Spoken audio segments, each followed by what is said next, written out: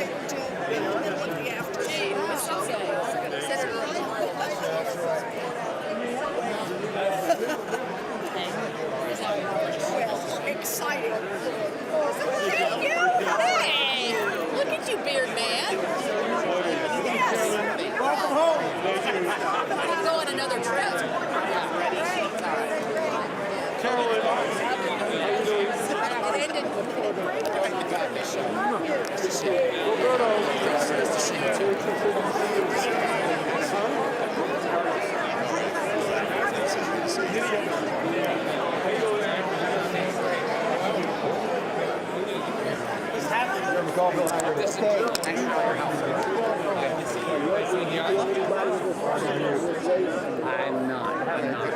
You have a paper. We have a lot of great business. I know a bunch of them. It's spaced out. And the best one, man. For having us back here. Good to see you. You don't have a primary, right?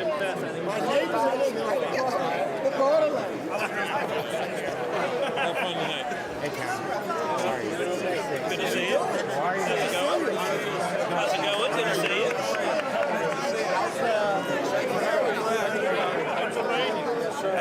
I doubt it. I think we'll be fine.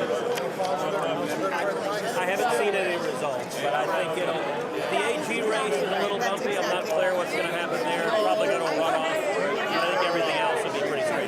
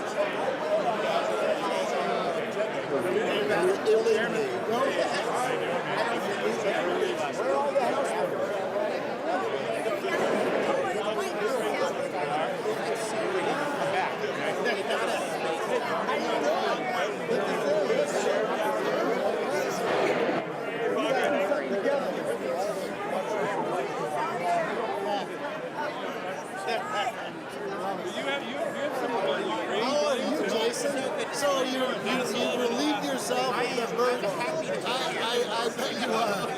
I don't blame you. You're in good place. You're in a good place, especially with what's coming. I would have liked to go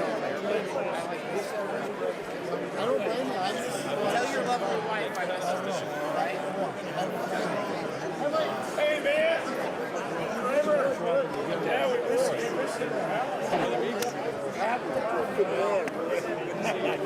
You remember when we had lunch for Oswald? I do. Absolutely. How are you?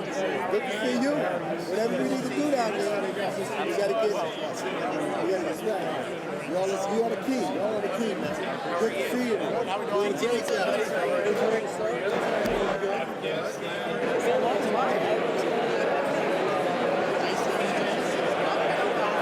It's right. Doing good. Thank you. Thank you. It is crazy times. That's all I can tell you. You know that. It is. Got your Ukraine covered.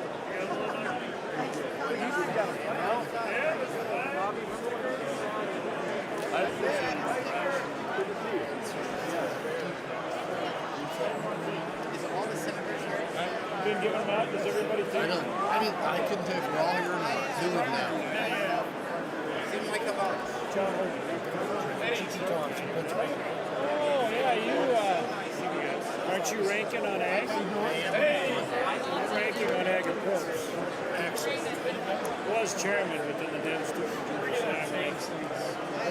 Hopefully next time you'll be chair on ag and I'll be chair on ag and pork. Great 1-2 punch. Then we'll do some good.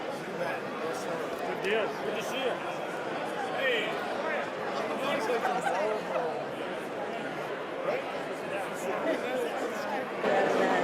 They recognize it. She was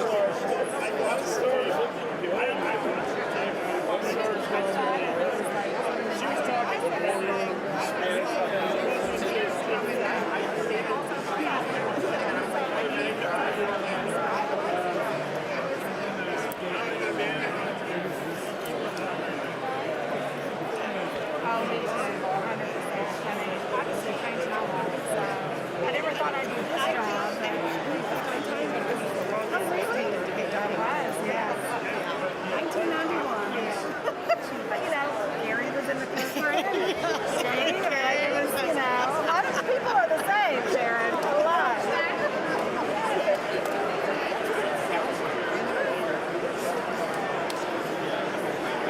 lots of accusations.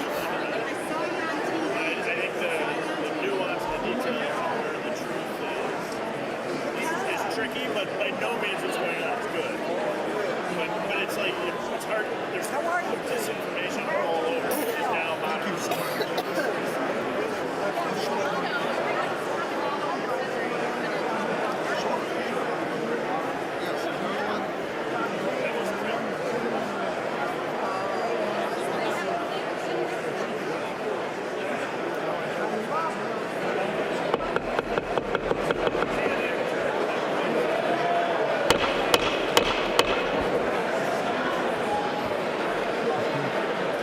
The joint session will come to order.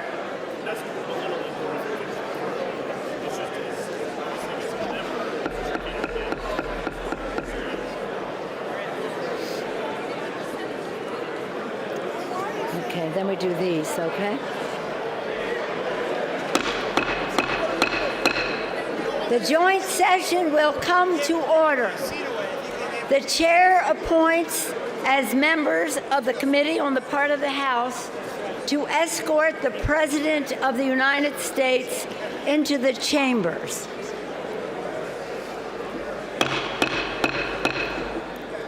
The gentleman from Maryland, Mr. Hoyer. The gentleman from South Carolina, Mr. Clyburn. The gentleman from the gentlewoman from Massachusetts, Ms. Clark.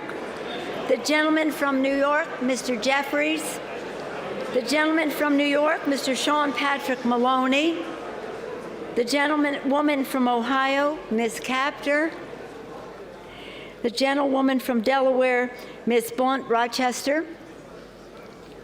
The gentleman from California, Mr. McCarthy. The gentleman from Louisiana, Mr. Scalise. The gentlewoman from New York, Ms. Stefanik. The gentleman from Louisiana, Mr. Mike Johnson. The gentleman from Alabama, Mr. Palmer. The gentleman from Oklahoma, Mr. Cole. The gentlewoman from Indiana, Ms. Spartz.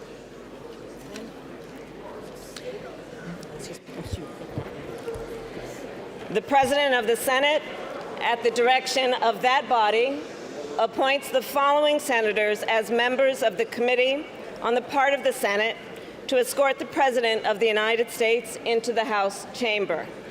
The Senator from New York, Mr. Schumer. The Senator from Vermont, Mr. Leahy. The Senator from Illinois, Mr. Durbin. The Senator from Michigan, Ms. Snapanow. The Senator from Minnesota, Ms. Klobuchar. The Senator from Wisconsin, Ms. Baldwin. The Senator from Kentucky, Mr. McConnell. The Senator from South Dakota, Mr. Thune. The Senator from Wyoming, Mr. Barrasso. The Senator from Iowa, Ms. Ernst. The Senator from Missouri, Mr. Blunt. And the Senator from Iowa, Mr. Grassley. The members of the escort committee will exit the chamber through the lobby doors.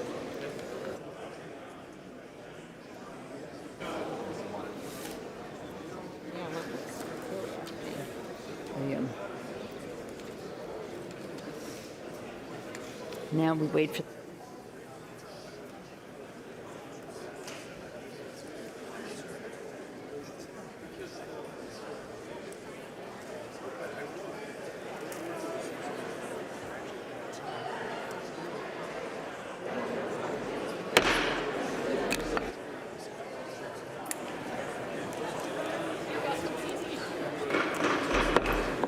Madam Speaker, the Dean of the Diplomatic Corps.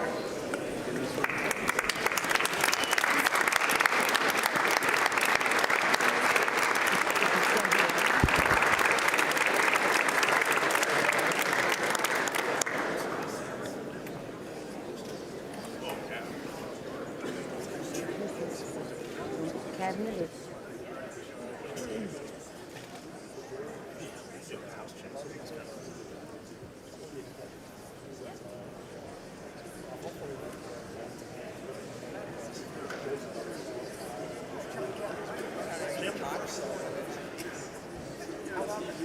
we had our big dinner tonight before, but usually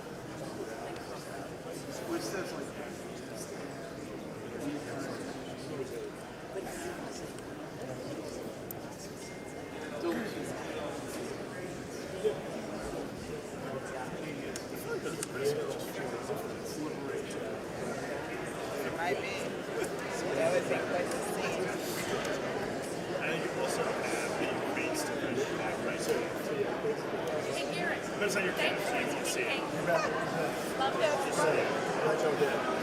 was love. We have pirates. I'll think about it. This material is not It's not quite sticky material. White pointers. Just push that how you create it. Should I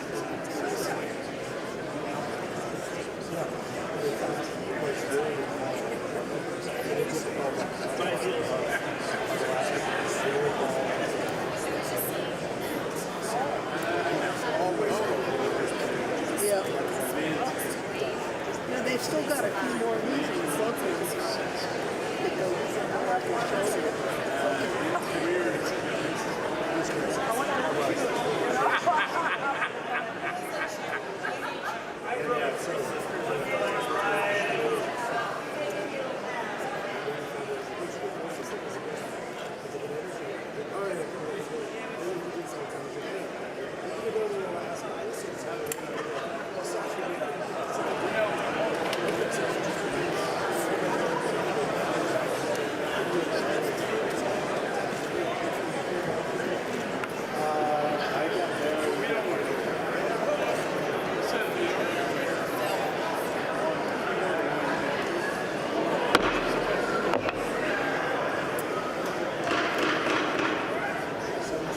Madam Speaker, the Chief Justice and Associate Justices of the Supreme Court.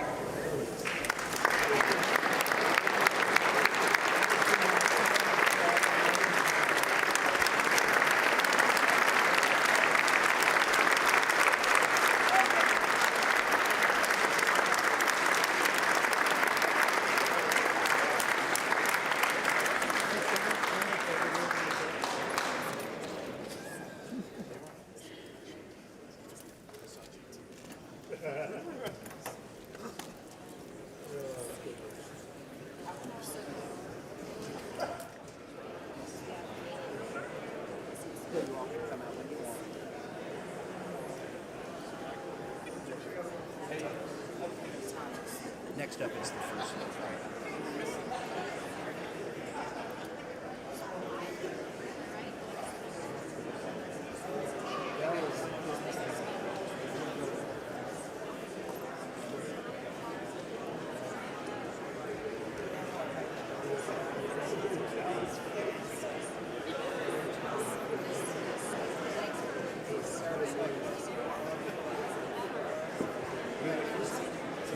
Yeah, I know. It's like,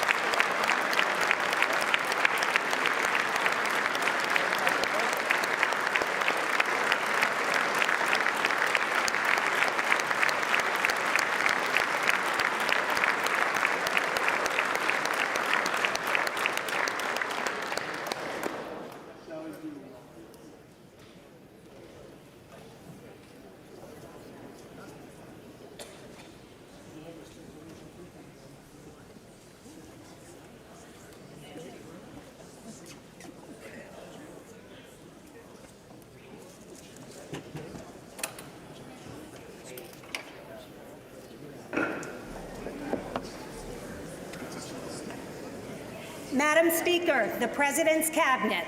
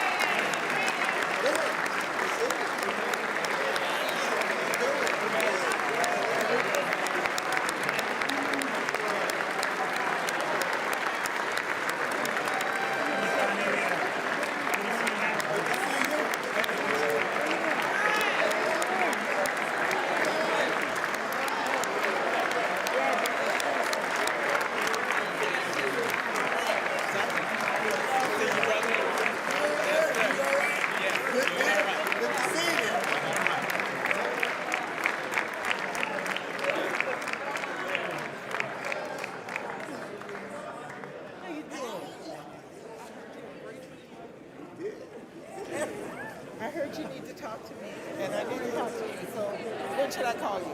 Tomorrow we can, and Okay. I'm gonna do anything that we can. I call a few ambassadors, Okay. about tomorrow, but whatever. So we can talk. Okay. We'll do that. Hi. How you doing? Okay, how are you? Good, good to see you. How are you? That's good.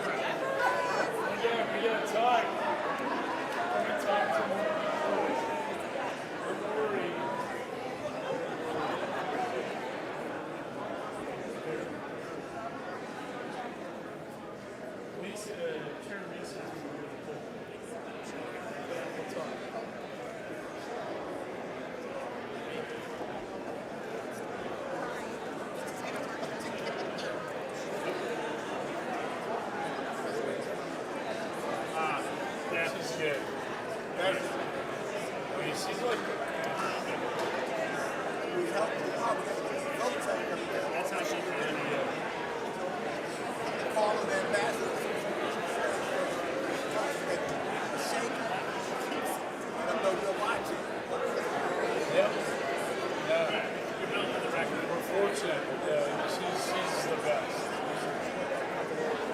Yeah, that's a job too. Yeah.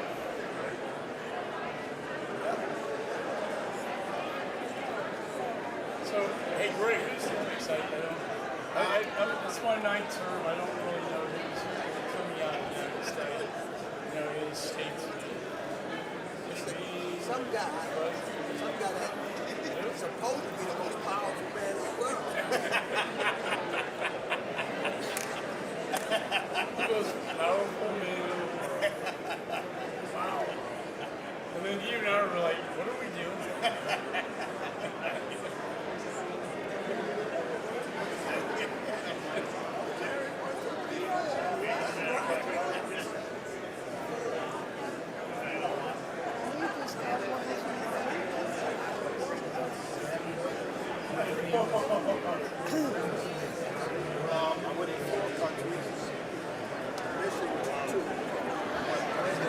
I hit an orange tie, I just assumed.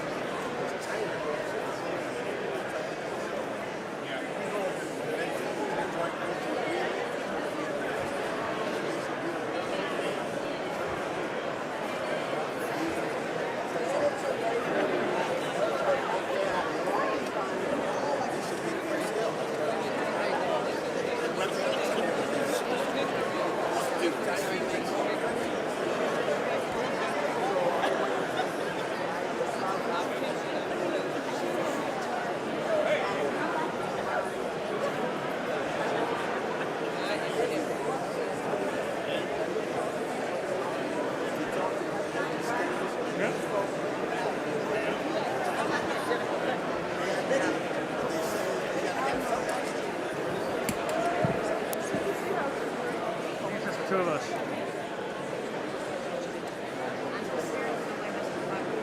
I don't even. Oh, there he is.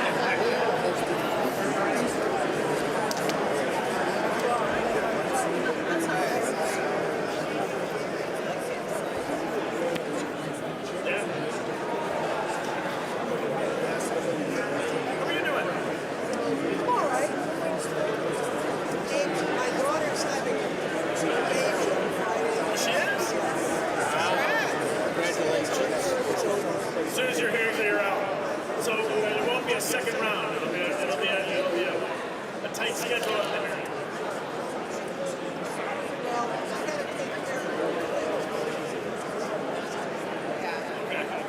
How old are your twins? Okay.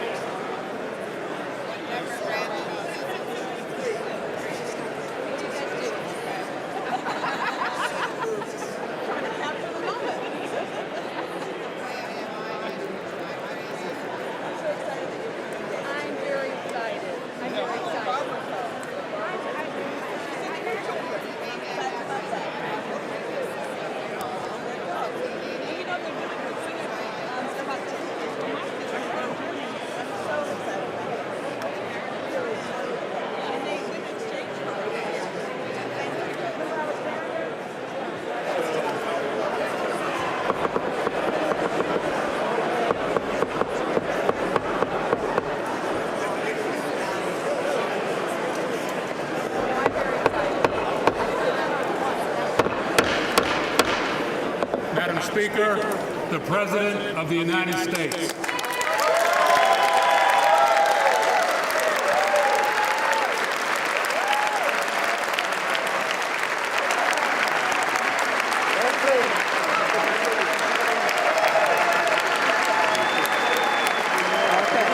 Let's see. Maybe. Let's see. And then I'll get you when he's there.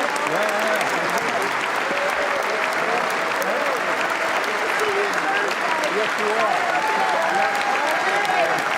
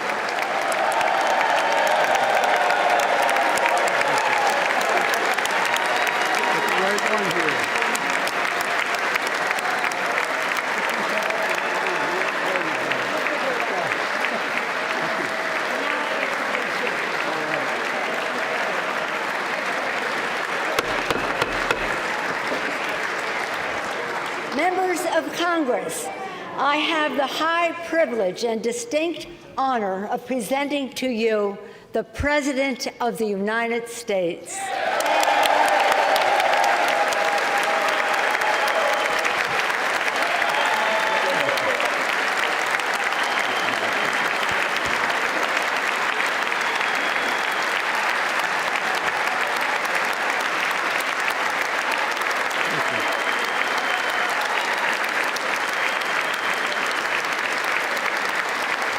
Thank you, thank you, thank you.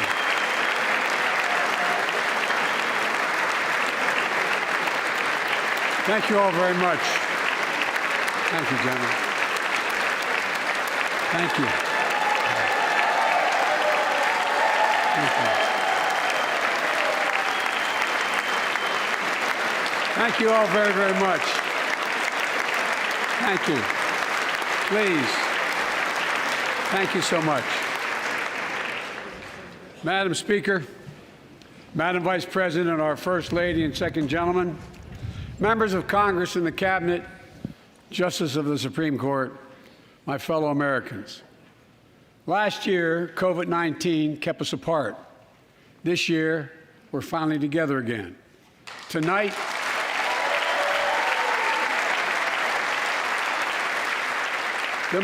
we meet as Democrats, Republicans, and Independents, but most importantly, as Americans, with the duty to one another, to America, to the American people, to the Constitution, and an unwavering resolve that freedom will always triumph over tyranny.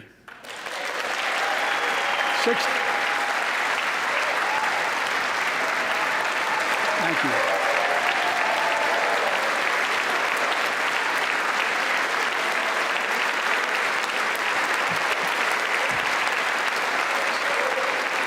6 days ago, Russia's Vladimir Putin sought to shake the very foundations of the free world, thinking he could make it bend to his menacing ways. But he badly miscalculated. He thought he could roll into Ukraine and the world would roll over. Instead, he met with a wall of strength he never anticipated or imagined. He met the Ukrainian people.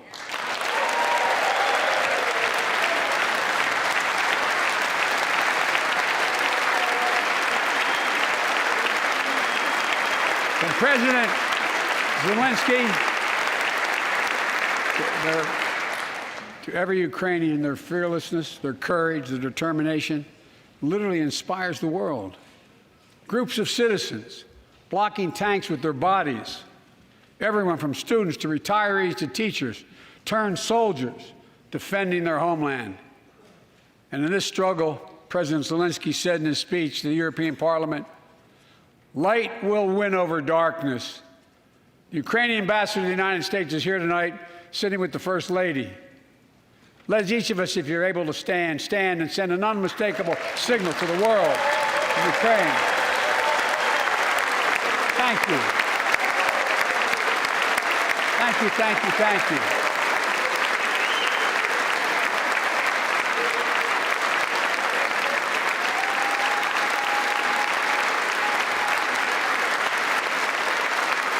She's bright, she's strong, and she's resolved.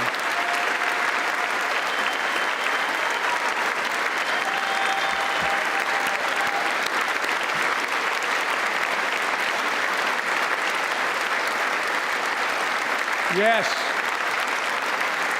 we, the United States of America, stand with the Ukrainian people. Throughout our history, we've learned this lesson. When dictators do not pay a price for their aggression, they cause more chaos. They keep moving, and the cost, the threats to America and America to the world keeps rising. That's why the NATO alliance was created, to secure peace and stability in Europe after World War II. The United States is a member, along with 29 other nations. It matters. American diplomacy matters. American resolve matters. Putin's latest attack on Ukraine was premeditated and totally unprovoked. He rejected repeated efforts at diplomacy. He thought the West and NATO wouldn't respond.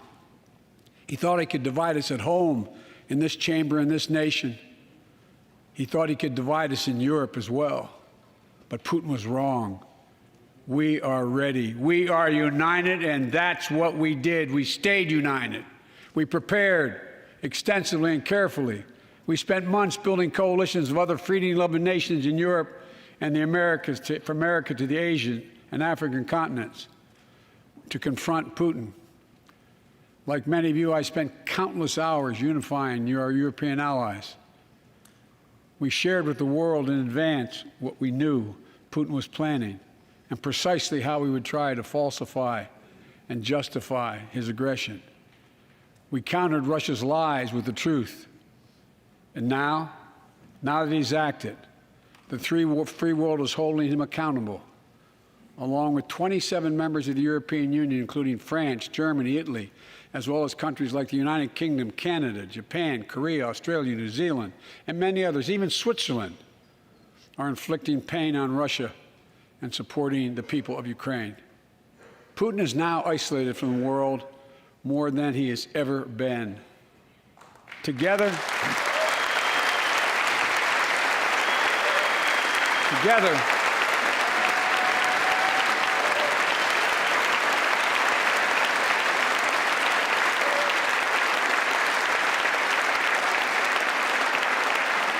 along with our allies, we are right now enforcing powerful economic sanctions.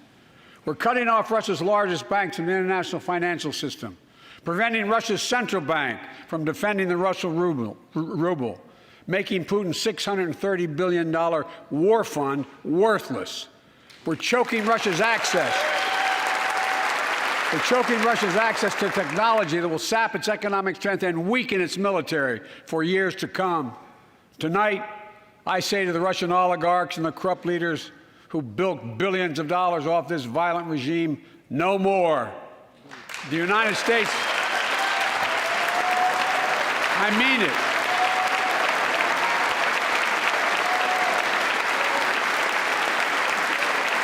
The United States Department of Justice is assembling a dedicated task force to go after the crimes of the Russian oligarchs. We're joining with European allies to find and seize their yachts, their luxury apartments, their private jets. We're coming for your ill-begotten gains. And tonight, I'm announcing that we will join our allies in closing off American airspace to all Russian flights, further isolating Russia and adding additional squeeze on their economy.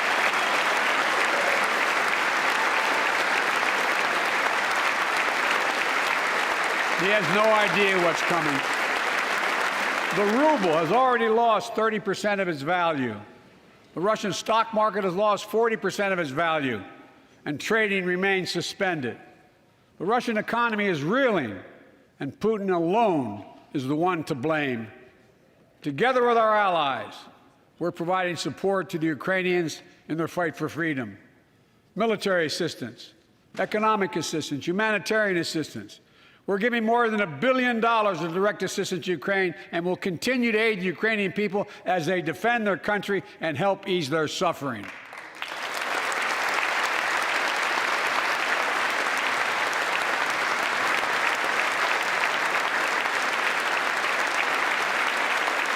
But let me be clear. Our forces are not engaged and will not engage in the conflict with Russian forces in Ukraine. Our forces are not going to Europe to fight Ukraine, but to defend our NATO allies in the event that Putin decides to keep moving west. For that purpose, we have mobilized American ground forces, air squadrons, ship deployments to protect NATO countries, including Poland, Romania, Latvia, Lithuania, and Estonia. And as I've made crystal clear, the United States and our allies will defend every inch of territory that is NATO territory with the full force of our collective power. Every single inch.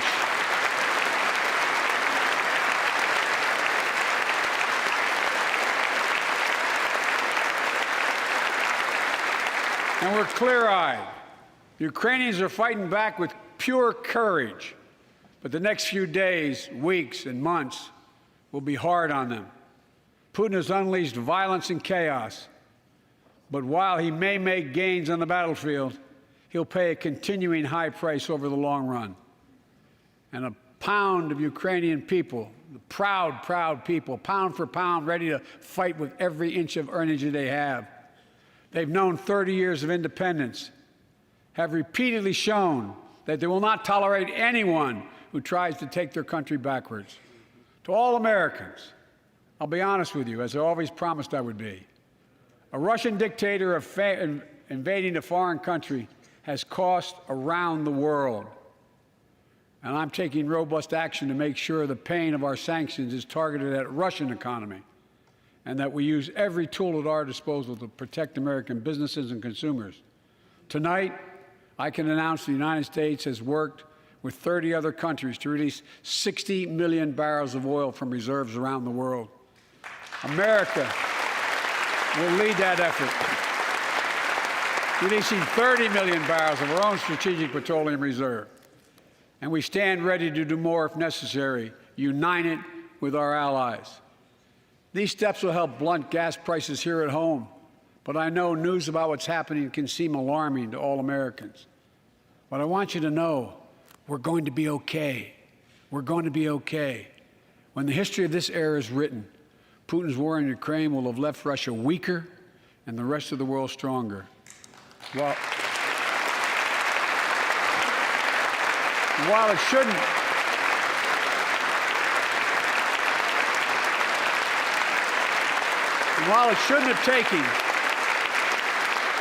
shouldn't have taken something so terrible for people around the world to see what's at stake, now everyone sees it clearly. We see the unity among leaders of nations, a more unified Europe, a more unified West. We see unity among the people who are gathering in cities and large crowds around the world, even in Russia, to demonstrate their support for the people of Ukraine. In the battle between democracy and autocracies, democracies are rising to the moment, and the world is clearly choosing the side of peace and security. This is the real test, and it's going to take time. So let us continue to draw inspiration from the iron will of the Ukrainian people. To our fellow Ukrainian Americans who forged the deep bond that connects our two nations, we stand with you. We stand with you. Putin may circle Kyiv with tanks, but he'll never gain the hearts and souls of the Iranian people. He'll never extinguish their love of freedom, and he will never weaken the resolve of the free world.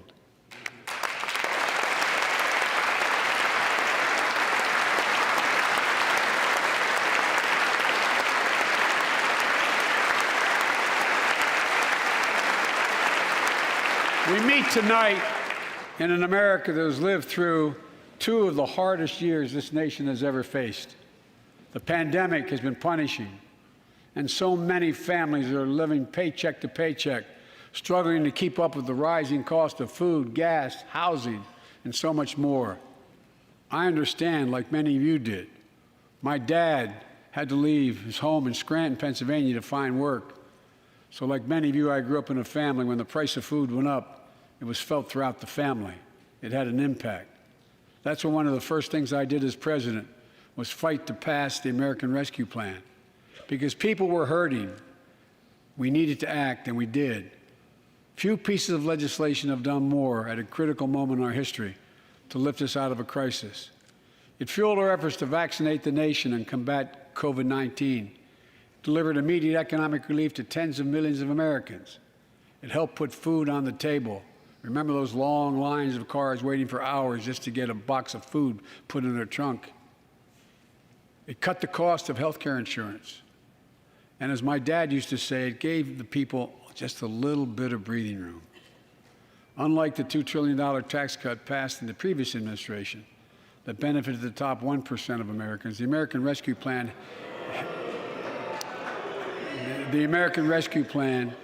helped working people and left no one behind. Folks,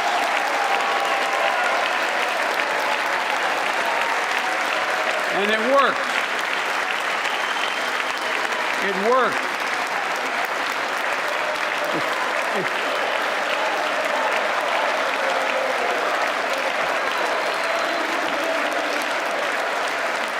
It worked. We created jobs, lots of jobs. In fact, our economy created over 6 6.5 million new jobs just last year. More jobs in 1 year than ever before in the history of the United States of America. The economy grew at a rate of 5.7 last year, the strongest growth rate in 40 years, and the first step in bringing fundamental change to our economy that hasn't worked for working people in this nation for too long. For the past 40 years, we were told that tax break for those at the top and benefits would trickle down and everyone would benefit. But that trickle-down theory led to a weaker economic growth, lower wages, bigger deficits, and a widening gap between the top and everyone else in nearly a century. Look, Vice President Harris and I ran for office, and I realize we have fundamental disagreements on this, but ran for office with a new economic vision for America.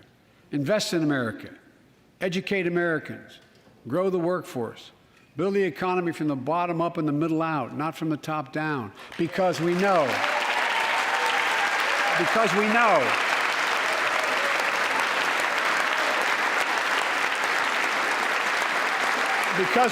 when the middle class grows, the poor have a way up and the wealthy do very well. America used to have the best roads, bridges, and airports on earth, and now our infrastructure is ranked 13th in the world. We won't be able to compete for the jobs of the 21st century if we don't fix it. That's why it was so important to pass the bipartisan infrastructure law. And I thank my Republican friends who joined to invest and rebuild America, the single biggest investment in history. It was a bipartisan effort, and I want to thank the members of both parties who worked to make it happen. We're done talking about infrastructure weeks. We're now talking about an infrastructure decade. And look, it's going to transform America, to put us on a path to win the economic competition of the 21st century that we face with the rest of the world, particularly China. I've told Xi Jinping it's never been a good bet to bet against the American people. We'll create good jobs for millions of Americans, modernizing roads, airports, ports, waterways, all across America. And we'll do it to withstand the devastating effects of climate change and promote environmental justice. We'll build a national network of 500,000 electric vehicle charging stations. Begin to replace the poisonous lead pipes so every child, every American has clean water to drink at home and at school. We're going to provide affordable, high-speed internet for every American, rural, suburban, urban, and tribal communities. 4,000 projects have already been announced. Many of you have announced them in your districts. And tonight, I'm announcing that this year, we will start fixing over 65,000 miles of highway and 1,500 bridges in disrepair. And folks,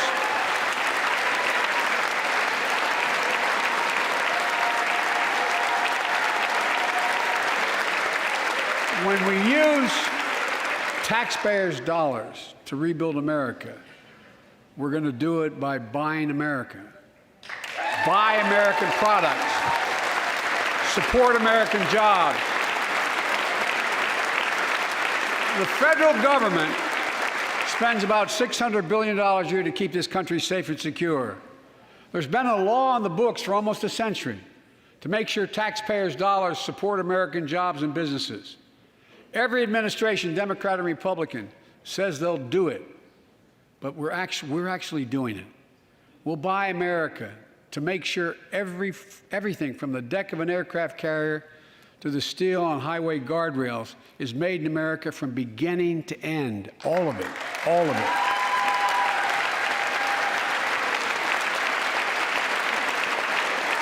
But folks,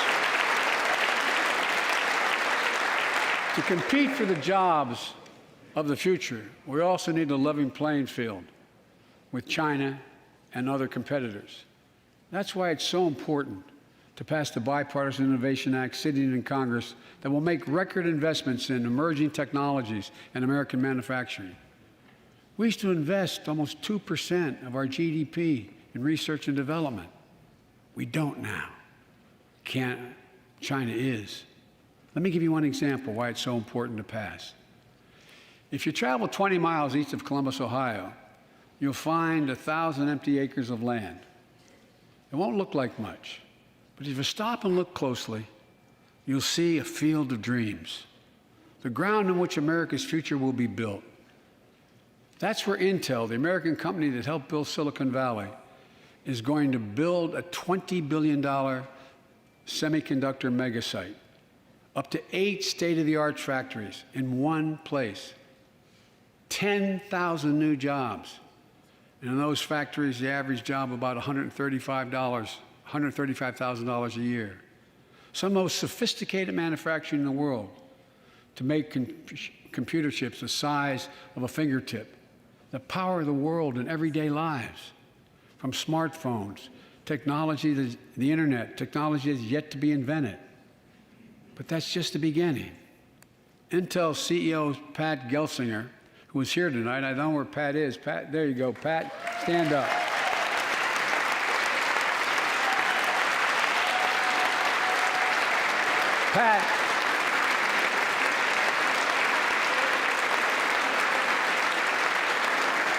Pat came to see me, and he told me they're ready to increase their investment from $20 billion to $100 billion. That would be the biggest investment in manufacturing in American history. And all they're waiting for is for you to pass this bill. So let's not wait any longer. Send it to my desk, I'll sign it, and we'll really take off in a big way. And folks, Intel is not alone. There's something happening in America. Just look around and you'll see an amazing story. The rebirth of pride that comes from stamping products made in America. The revitalization of American manufacturing. Companies are choosing to build new factories here when just a few years ago they would have gone overseas. That's what's happening. Ford is investing $11 billion in electric vehicles, creating 11,000 jobs across the country. GM is making the largest investment in its history, $7 billion to build electric vehicles, creating 4,000 jobs in Michigan. All told, 369,000 new manufacturing jobs were created in America last year alone. Folks,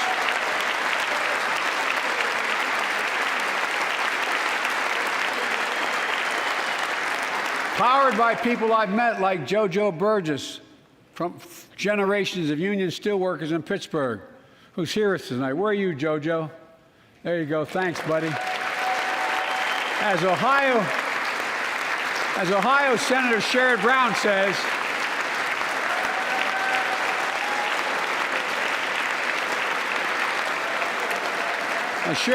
says, it's time to bury the label Rust Belt. It's time to see what used to be called the Rust Belt become the home of a significant resurgence of manufacturing. And with all the bright spots in our economy, record job growth, higher wages, too many families are struggling to keep up with their bills. Inflation is robbing them of gains they thought otherwise they would be able to feel. I get it.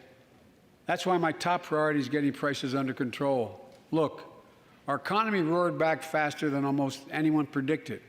But the pandemic meant that businesses had a hard time hiring enough people because of the pandemic to keep up production in their factories. So you didn't have people making those beams that went into buildings because they were out. The factory was closed.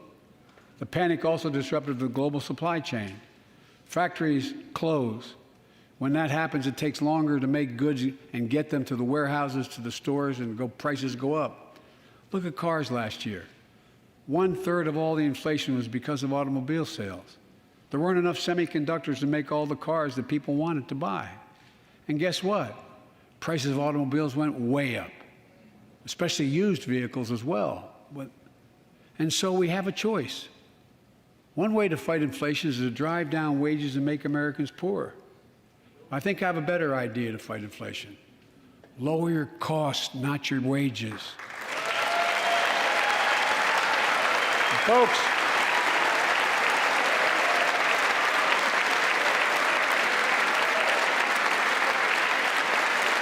that means make more cars and semiconductors in America, more infrastructure and innovation in America, more goods moving faster and cheaper in America, more jobs where you can earn a good living in America. Instead of relying on foreign supply chains, let's make it in America. Look, economists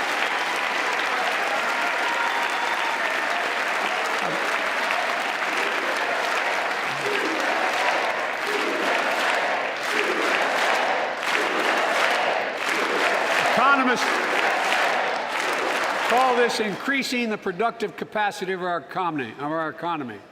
I call it building a better America. My plan to fight inflation will lower your costs and lower the deficit. 17 Nobel laureates in economics said my plan will ease long-term inflationary pressures. Top business leaders, and I believe most Americans, support the plan. And here's the plan. First, cut the cost of prescription drugs. We pay more for the same drug produced by the same company in America than any other country in the world. Just look at insulin. 1 in 10 Americans has diabetes. In Virginia, I met a 13-year-old boy, the handsome young man standing up there, Joshua Davis. He and his dad both have type 1 diabetes, which means they need insulin every single day. Insulin costs about $10 a vial to make. That's what it costs the pharmaceutical company. But drug companies charge families like Joshua and his dad up to 30 times that amount. I spoke with Joshua's mom. Imagine what it's like to look at your child who needs insulin to stay healthy and have no idea how in God's name you're going to be able to pay for it. What it does to your family, but what it does to your dignity, your ability to look your child in the eye, to be the parent you expect yourself to be. I really mean to think about that. That's what I think about. You know, yesterday, Joshua's here tonight, but yesterday was his birthday. Happy birthday, buddy, by the way. For Joshua and 200,000 other young people with type 1 diabetes, let's cap the cost of insulin at $35 a month so everyone can afford it. And drug companies will do very, very well, their profit margin. While we're at it, I know we have great disagreements on this floor with this. Let's let Medicare negotiate the price of prescription drugs.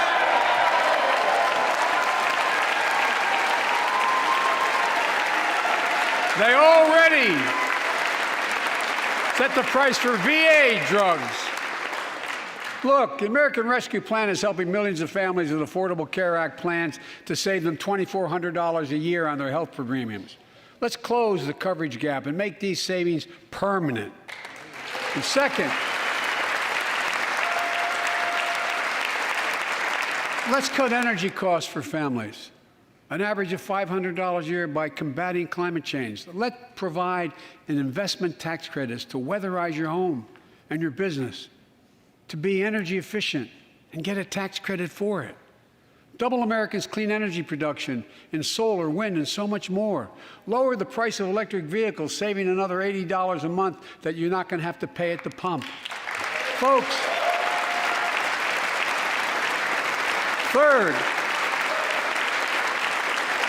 the third thing we can do to change the standard of living for hardworking folks is cut the cost of child care.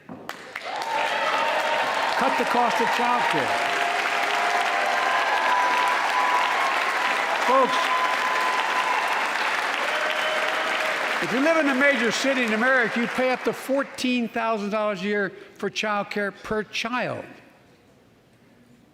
I was a single dad for 5 years, raising 2 kids. I had a lot of help, though. I had a mom, a dad, a brother, and a sister that really helped. But middle class and working folks shouldn't have to pay more than 7% of their income to care for the young children. My plan would cut the cost of child care in half for most families and help parents, including millions of women who left the workforce during the pandemic because they couldn't afford child care, to be able to get back to work, generating economic growth. But my plan doesn't stop there. It also includes home and long-term care, more affordable housing, pre-K for 3- and 4-year-olds. All these will lower costs to families.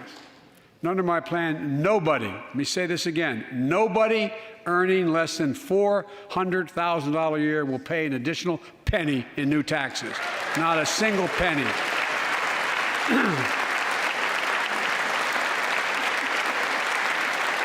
I may be wrong, but my guess is if we took a secret ballot in this floor, that we'd all agree that the present tax system ain't fair. We have to fix it. I'm not looking to punish anybody, but let's make corporations and wealthy Americans start paying their fair share.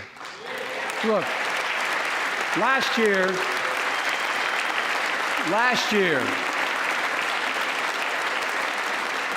and like Chris Coons and Tom Carper and my distinguished Congresswoman, we come from the land of corporate America.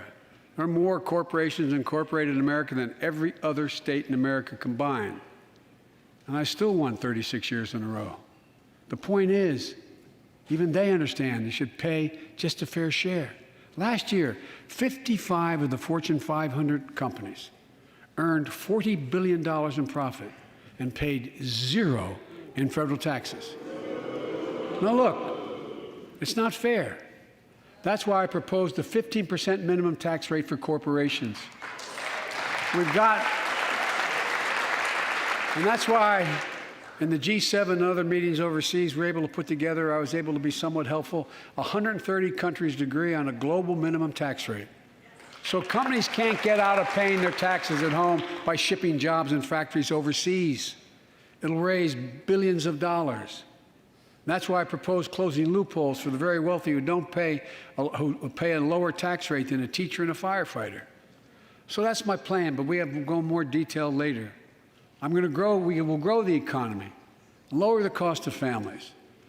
So what are we waiting for? Let's get this done. We all know we've got to make changes.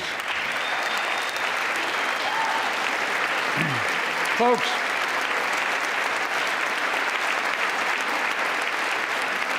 and while you're at it, confirm my nominees for the Federal Reserve, which plays a critical role in fighting inflation. My plan will not only lower costs and give families a fair shot, it will lower the deficit. The previous administration not only ballooned the deficit with those tax cuts for the very wealthy and corporations, it undermined the watchdogs, the job of those to keep pandemic relief funds being wasted. Remember we had those debates about whether or not those watchdogs should be able to see every day how much money was being spent, where was it going to the right place? But in my administration, the watchdogs are back. And we're going to go after the criminals who stole billions of relief money meant for small business and millions of Americans. And tonight I'm announcing that the Justice Department will soon name a chief prosecutor for pandemic fraud.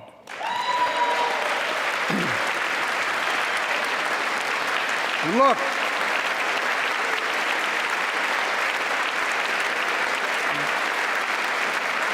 I think we all agree, thank you. By the end of this year, the deficit will be down to less than half of what it was before I took office. The only president ever to cut the deficit by more than $1 trillion in a single year. Lowering your cost also meant demanding more competition. I'm a capitalist, but capitalism without competition is not capitalism. Capitalism without competition is exploitation. It drives up profits. And corporations have to compete. Their profits go up and your prices go up when they don't have to compete.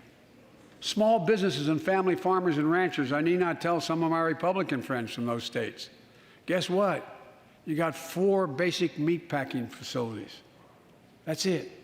You play with them or you don't get to play at all. And you pay a hell of a lot more. A hell of a lot more because there's only 4.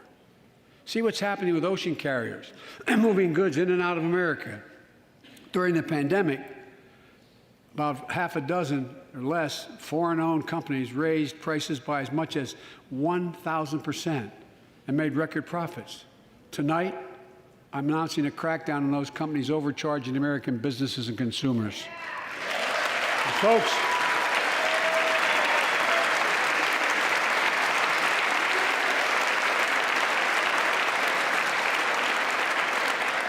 and as Wall Street firms take over more nursing homes, quality in those homes has gone down and costs have gone up. That ends on my watch. Medicare is going to set higher standards for nursing homes and make sure loved ones get the care they deserve and that they inspect and they will look at closely.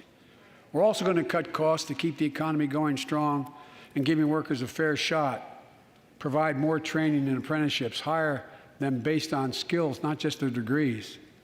Let's pass the Paycheck Fairness Act and paid leave.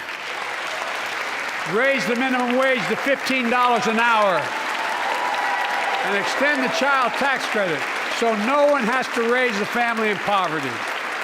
Let's increase Pell Grants, increase our historic support for HBCUs, and invest in what Jill, our First Lady who teaches full-time, calls America's best-kept secret, community colleges.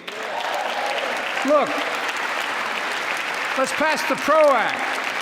When a majority of workers want to form a union, they shouldn't be able to be stopped. When we invest in our workers and we build an economy from the bottom up and the middle out together, we can do something we haven't done in a long time, build a better America. For more than 2 years, COVID has impacted every decision in our lives and the life of this nation. And I know you're tired, frustrated, and exhausted. That doesn't even count the close to 1 million people who sit at a dining room table or a kitchen table and look at an empty chair because they lost somebody. But I also know this, because of the progress we've made, because of your resilience and the tools that we have been provided by this Congress, tonight I can say we're moving forward safely back to more normal routines. We've reached a new moment in the fight against COVID-19, where severe cases are down to a level not seen since July of last year.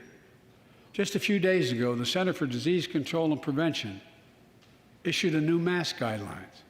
Under the new guidelines, most Americans and most of the country can now go mask-free. And based on projections, more of the country will reach a point across the next couple of weeks. And thanks to the progress we've made in the past year, COVID-19 no longer need control our lives. I know some are talking about living with COVID-19, but tonight I say that we never will just accept living with COVID-19. We'll continue to combat the virus as we do other diseases. And because this virus mutates and spreads, we have to stay on guard. And here are 4 common sense steps as we move forward safely, in my view. First, stay protected with vaccines and treatments. We know how incredibly effective vaccines are. If you're vaccinated and boosted, you have the highest degree of protection. And we'll never give up on vaccinating more Americans. Now, I know parents with kids under 5 are eager to see their vaccines authorized for their children. Scientists are working hard to get that done. We'll be ready with plenty of vaccines if and when they do. We're all ready. We are also ready with antiviral treatments. If you get COVID-19, the Pfizer pill reduces your chances of ending up in the hospital by 90%. I've ordered more pills than anyone in the world has. Pfizer is working overtime to get us 1 million pills this month and more than double that next month. And now we're launching the Test to Treat initiative. So people can get tested at a pharmacy, and if they prove positive, receive the antiviral pills on the spot at no cost. And folks, If you're immunocompromised or have some other vulnerability, we have treatments and free high-quality masks. We're leaving no one behind or ignoring anyone's needs as we move forward. On testing, we've made hundreds of millions of tests available, and you can order them for free to your doorstep. And we've already ordered free tests. If you already ordered free tests tonight, I'm announcing you can order another group of tests. Go to covidtest.gov starting next week, and you can get more tests. Second, we must prepare for new variants. Over the past, we've gotten much better at detecting new variants. If necessary, we'll be able to develop new vaccines within 100 days instead of maybe months or years.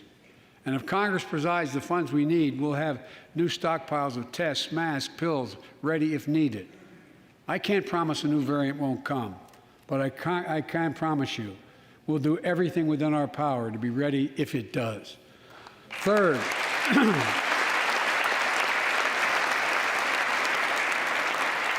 we can end the shutdown of schools and businesses. We have the tools we need. It's time for America to get back to work and fill our great downtowns again with people. People working from home can feel safe and begin to return to their offices. We're doing that here in the federal government. The vast majority of federal workers will once again work in person. Our schools are open. Let's keep it that way. Our kids need to be in school.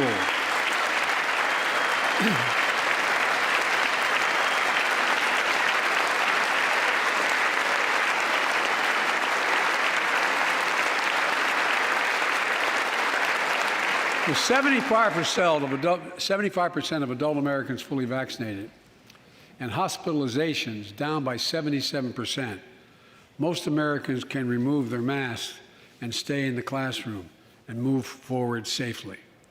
We achieved this because we provided free vaccines, treatments, tests, and masks. Of course, continuing this costs money, so I'll not surprise you. I'll be back to see you all. And I'm going to soon send a request to Congress. The vast majority of Americans have used these tools and may want again. We may need them again, so I expect Congress, and I hope you'll pass that quickly. Fourth, we'll continue vaccinating the world. We've sent 475 million vaccine doses to 112 countries, more than any nation on earth. We won't stop because you can't build a wall high enough to keep out a vaccine. The vaccine can stop the spread of these diseases. You know, we've lost so much in COVID-19. Time with one another. The worst of all, the loss of life. Let's use this moment to reset. So stop looking at COVID as a partisan dividing line. See it for what it is, a god-awful disease. Let's stop seeing each other as enemies and start seeing each other for who we are, fellow Americans. Look,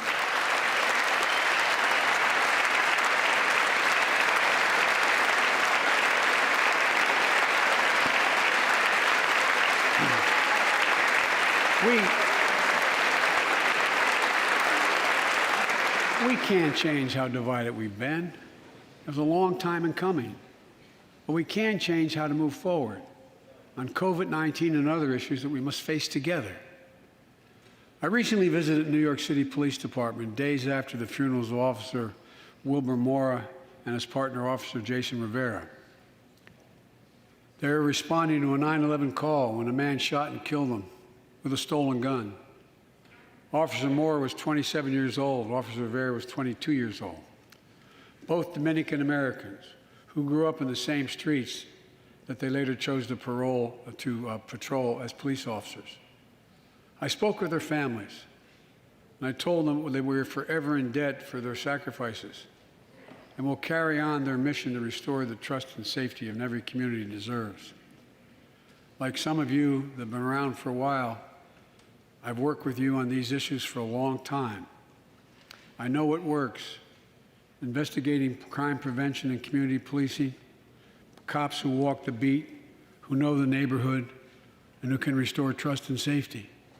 Let's not abandon our streets or choose between safety and equal justice. Let's come together and protect our communities, restore trust, and hold law enforcement accountable. That's why the Justice Department has required body cameras, banned chokeholds, and restricted no-knock warrants for its officers. That's why the American Rescue Plan that you all provided $350 billion that cities, states, and counties can use to hire more police, invest in more proven strategies.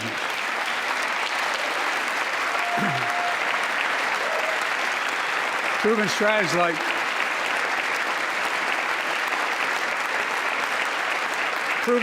like community violence interruption, trusted messengers, breaking the cycle of violence and trauma, and giving young people some hope. We should all agree the answer is not to defund the police, it's to fund the police. Fund them. Fund them.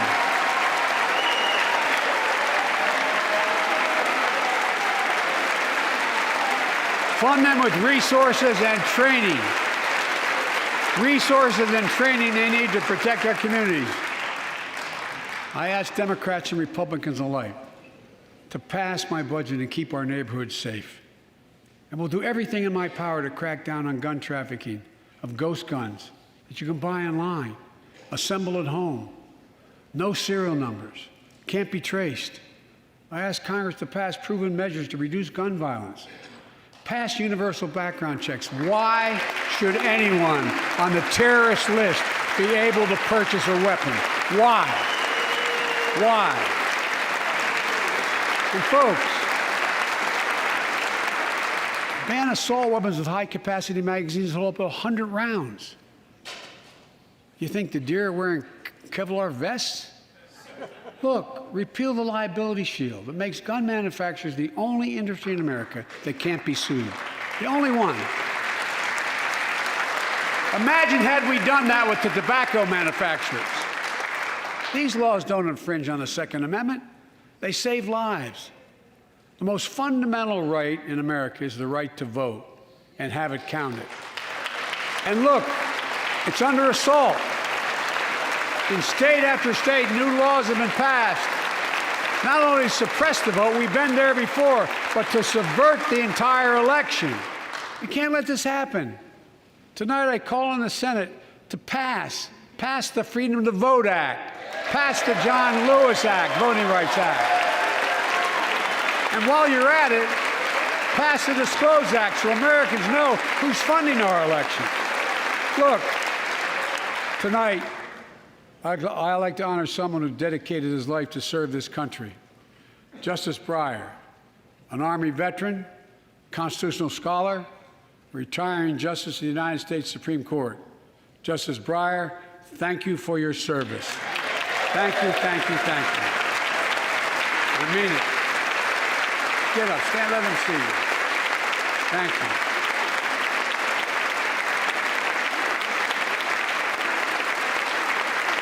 And we all know, no matter what your ideology, we all know one of the most serious constitutional responsibility a president has is nominating someone to serve on the United States Supreme Court.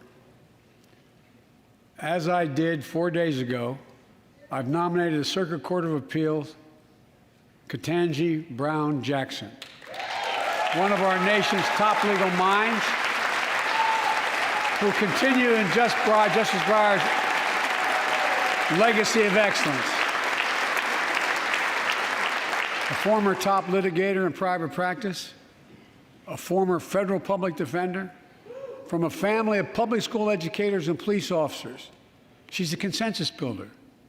Since she's been nominated, she's received a broad range of support, including the Fraternal Order of Police and former judges supported by Democrats and Republicans. Folks, if we're to advance liberty and justice, we need to secure our border and fix the immigration system.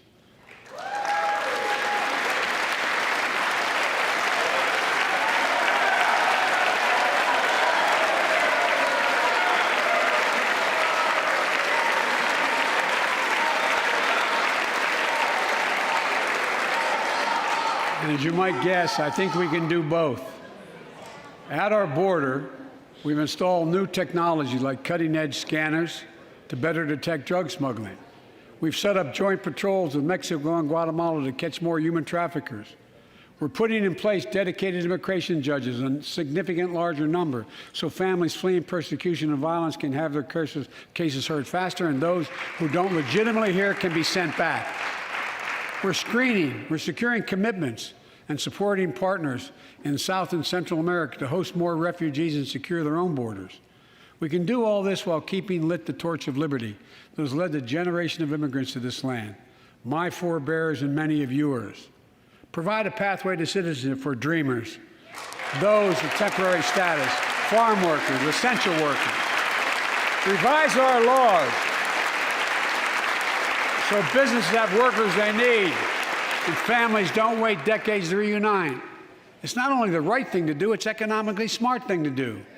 That's why the immigration reform is supported by everyone from labor unions to religious leaders to the U.S. Chamber of Commerce. Let's get it done once and for all. Folks,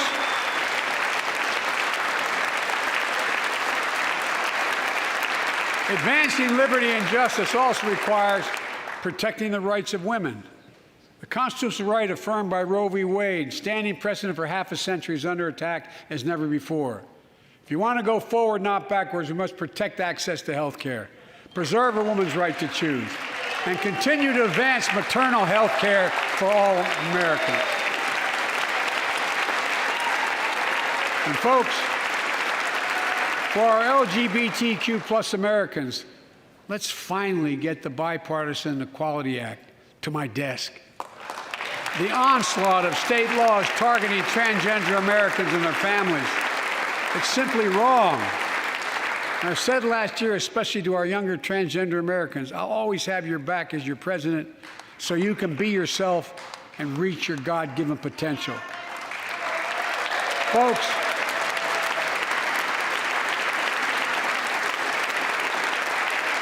as I've just demonstrated, while it often appears we do not agree, and that we do agree on a lot more things than we acknowledge.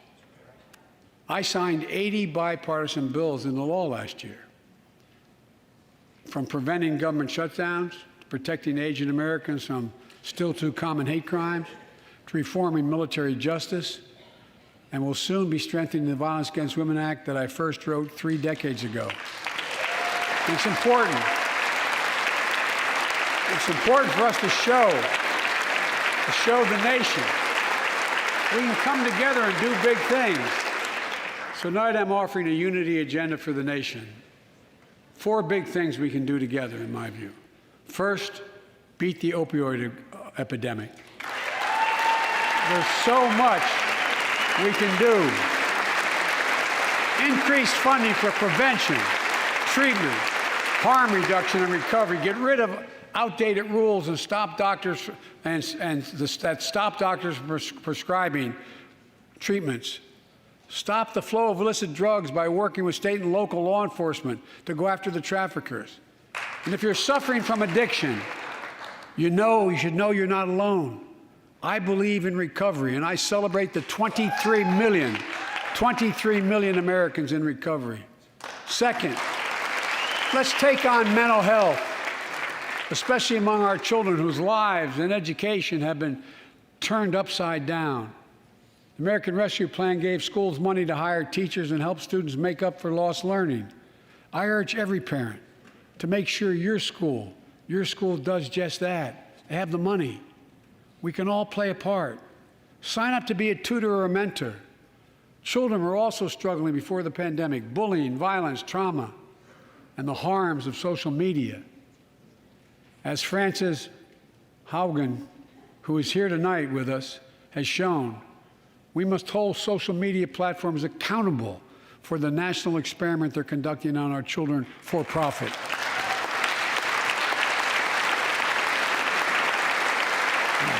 Folks, thank you. Thank you for the courage you showed. It's time to strengthen privacy protections, ban targeted advertising to children, demand tech companies stop collecting personal data on our children, and let's get all Americans the mental health services they need. More people can turn for help, and full parity between physical and mental health care if we treat it that way in our insurance. Look,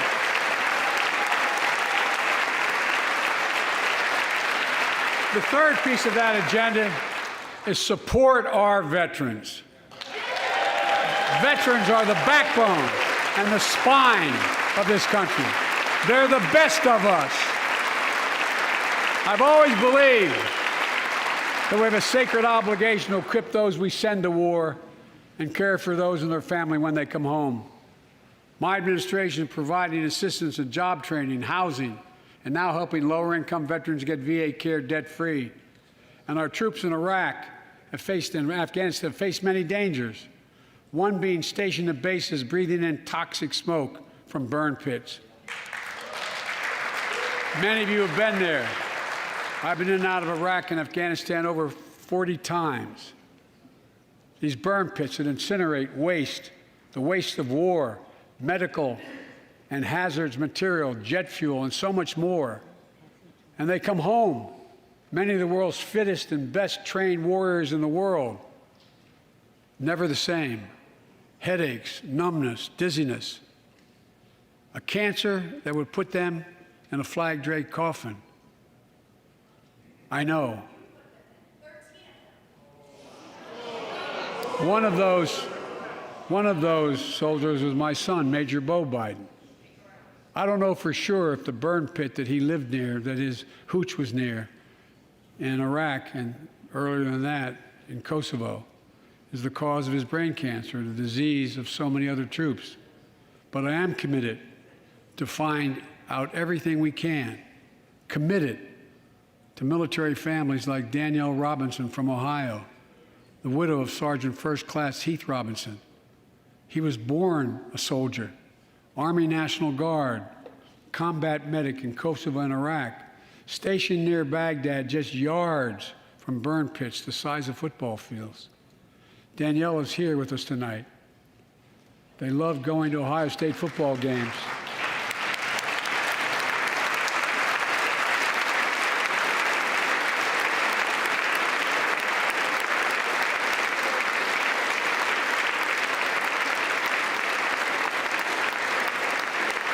And he loved building Legos with their daughter. But cancer from prolonged exposure to burn pits ravaged Heath's lungs and body. Danielle says Heath was a fighter to the very end. He didn't know how to stop fighting, and neither did she. Through her pain, she found purpose to demand that we do better. Tonight, Danielle, we are going to do better. The VA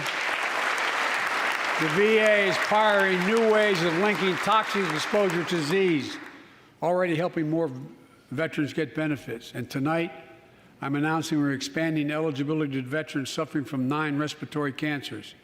I'm also calling on Congress to pass a law to make sure veterans devastated by toxic exposure in Iraq and Afghanistan finally get the benefits and the comprehensive health care they deserve.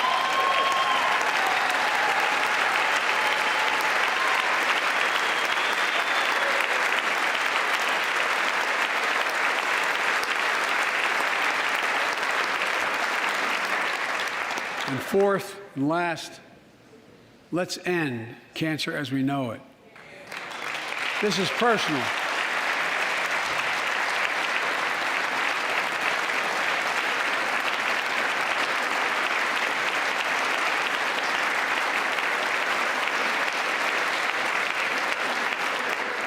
This is personal to me and to Jill and to Kamala and so many of you. So many of you have lost someone you love. Husband, wife, son, daughter, mom, dad. Cancer is the #2 cause of death in America, second only to heart disease. Last month, I announced the plan to supercharge the cancer moonshot that President Obama asked me to lead 6 years ago. Our goal is to cut cancer death rates by at least 50% over the next 25 years, and I think we can do better than that. Turn cancers from death sentences into treatable diseases. More support for patients and their families. To get there, I call on Congress to fund what I called ARPA-H, Advanced Research Projects Agency for Health, patterned after DARPA in the Defense Department. Projects that led in DARPA to the internet, GPS, and so much more to make our forces more safer and be able to wage war with more clarity. ARPA will have a singular purpose: to drive breakthroughs in cancer, Alzheimer's and diabetes, and more. A unity agenda for the nation. We can do these things. It's within our power, and I don't see a partisan edge to any one of those four things. My fellow Americans, tonight we've gathered in this sacred space, a citadel of democracy, in this Capitol. Generation after generation of Americans have debated great questions amid great strife and have done great things. We fought for freedom, expanded liberty, debated totalitarianism and terror. We built the strongest, freest, and most prosperous nation the world has ever known. Now is the hour, our moment of responsibility, our test of resolve and conscience, of history itself. It is in this moment that our character of this generation is formed. Our purpose is found. Our future is forged. Well, I know this nation. We'll meet the test, protect freedom and liberty, expand fairness and opportunity, and we will save democracy. As hard as those times have been, I'm more optimistic about America today than I've been my whole life, because I see the future that's within our grasp, because I know there's simply nothing beyond our capacity. We're the only nation on earth that has always turned every crisis we've faced into an opportunity. The only nation that can be defined by a single word: possibilities. So on this night, on our 245th year as a nation, I've come to report on the state of the nation, the State of the Union. And my report is this: the State of the Union is strong because you, the American people, are strong. We are stronger today. We are stronger today than we were a year ago. And we'll be stronger a year from now than we are today. This is our moment to meet and overcome the challenges of our time. And we will, as one people, one America, the United States of America. God bless you all, and may God protect our troops. Thank you. Go get him.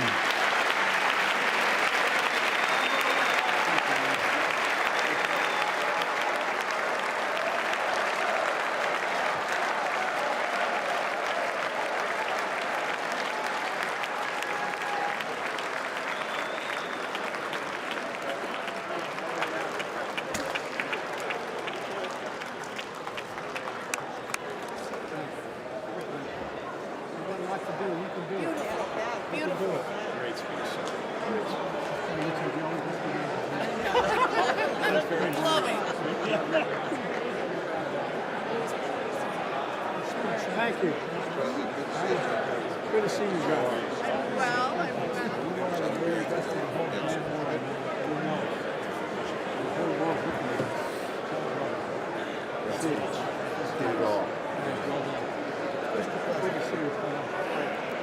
Great job.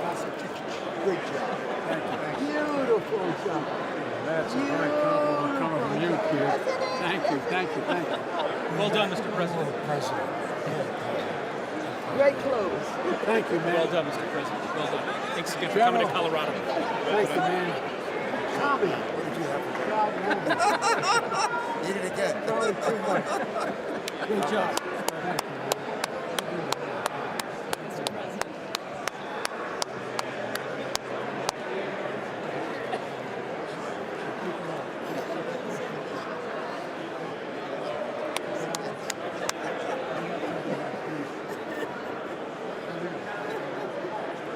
Thank you, man. Well done, Mr. President. That was a hell of a speech. Great job. job, Mr. President. Yes. Nice inspirational speech. You know, they asked me, what did I want to hear tonight? I said, I wanted you to give us some hope. You knocked it out the park. Thank you. Thank you. Thank you. Great job. Besides, we got the best damn generals in the world. I'll tell you what. Listen to everything you say, as you know. Good to see you, man.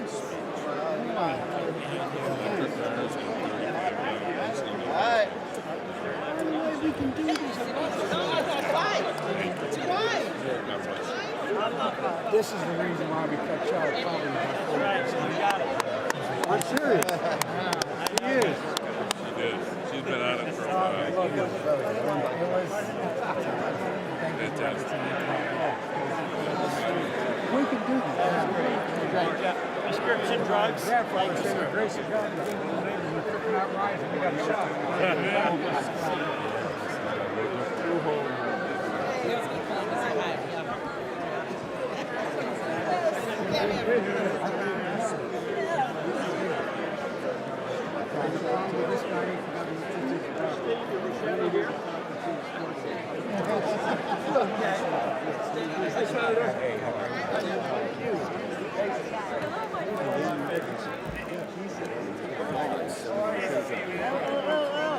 Thank you, Justin.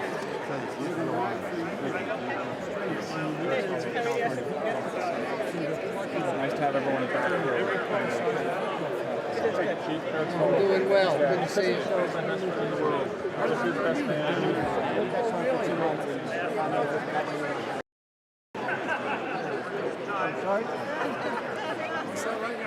Absolutely.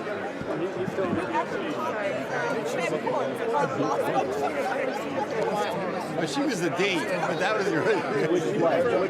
Nice to see you guys. Need your help. What you going to do now? Thank you so much twice tonight. Thank you for everything. Oh, it's going to be huge, right, Registry? Thank you. Oh my gosh, I didn't know, I didn't even react, but you know those two words, bulldozer?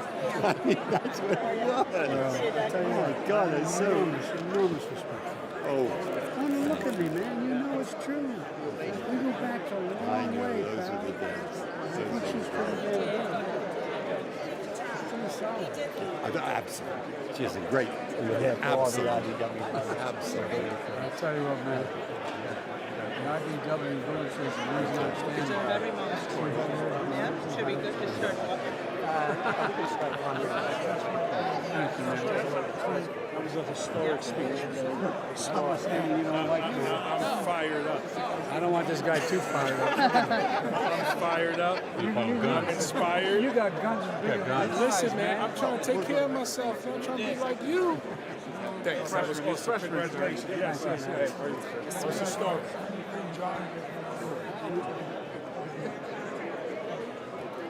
I mean, listen, people at home appreciate us.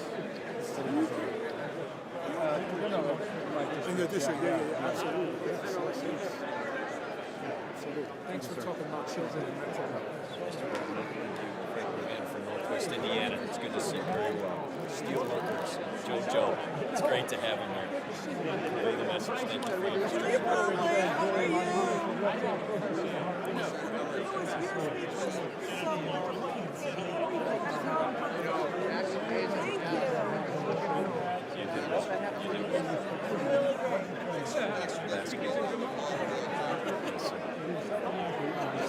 Good job, my brother. Thank you. Thanks for what you're doing.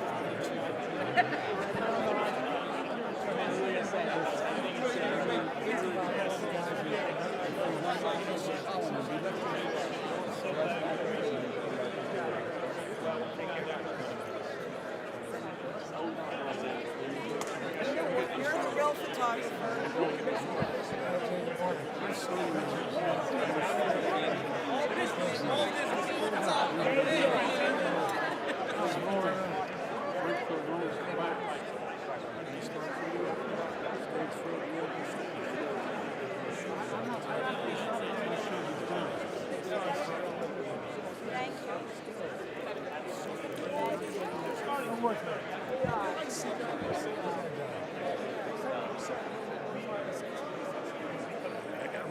Sorry, I got me okay.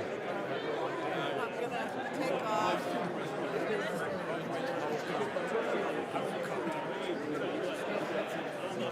Good, not really, you know what I mean?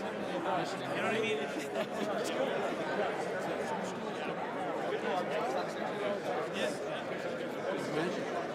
It's a solid.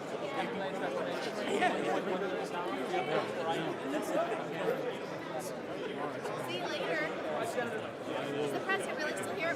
Mr. President, you knocked it out of the park. I was screeching, "Go Joe," the whole time. I was like inappropriate in every way. I kept stepping up and saying, "Go Joe, go Joe." I was jumping up the whole time. Republicans, I know. I keep trying. I keep trying. Yes, oh, this lady too. She started in the house. You have to let her go. I know. Sorry. Make it. Yeah. You really did great. She really did.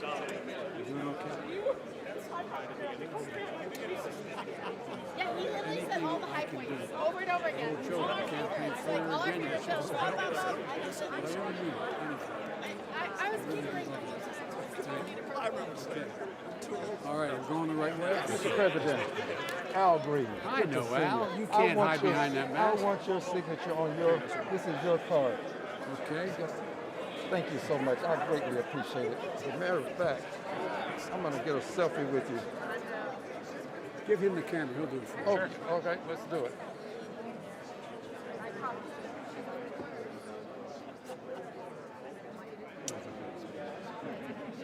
Thank you.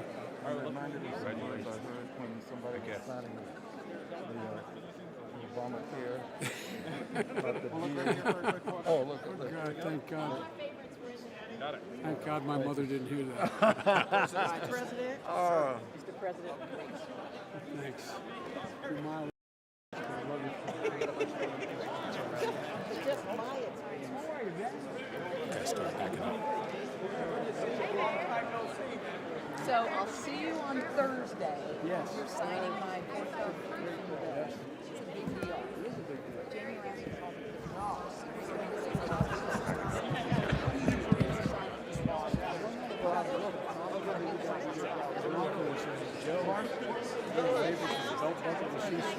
That's right.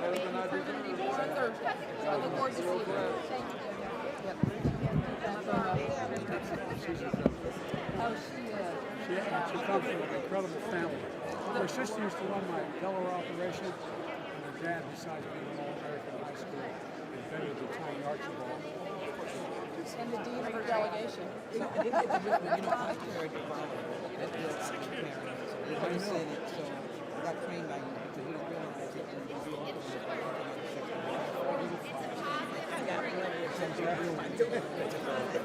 so thank you. Anything I can do, I care about that. No.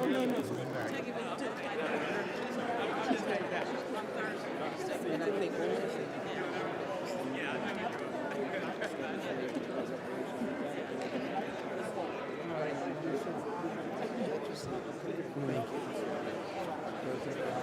Hey, I'll be with you tomorrow. Good to see you. Coming in here.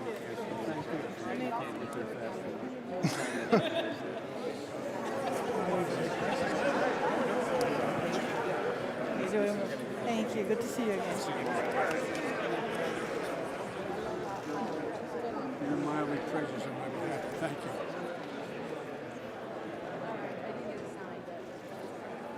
I'm with you. No, I get it. What do you think? Good Lord. Look at this. Go Bears. Look at this. Oh. From the Ukrainian embassy, for you and for your spouse. I love this lady. Okay, Marcy, I'm going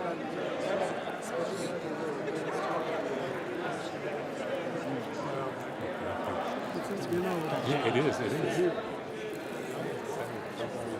It's good to see you. It's, I know. And by the way, here so you can get next to it. Don't go to the front. if I were in Puerto Rico, I speak no, I know. But my Congress. I spent a lot of time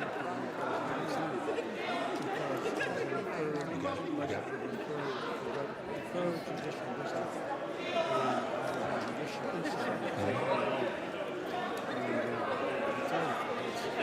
support. And guess what? I ain't feeling like paper towels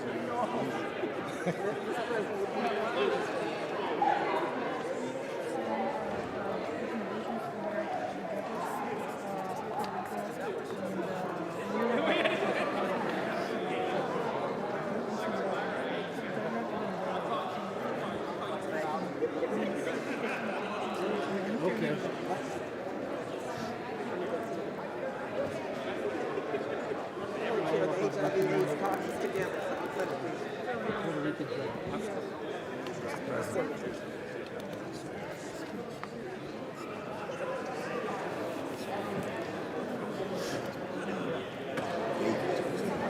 I'll tell you what,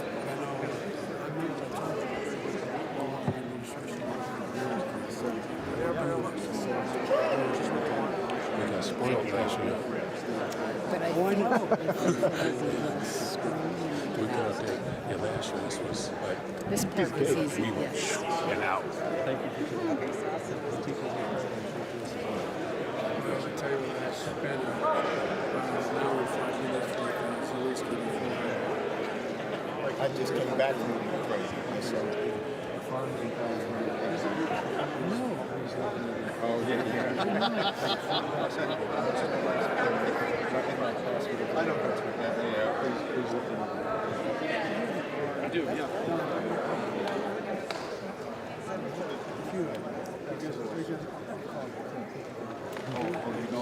Quick session. Mix. Chairman.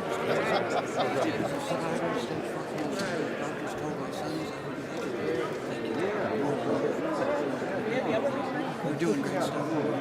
It's 15 years ago, I was told that we did because of public investment.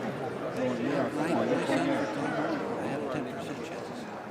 You'll take it. I'm here because I'll get you in the back. keep at it. How are you, Derek? Yeah, how you doing, Derek? Thank you for talking about it. Just on Friday, introduced a bill, 9 Democrats, 9 Republicans, to do what we're calling the Civic Bridge Building Pilot through America. We're working with Michael and the team there and trying to do these things that can help bring people together. We have to.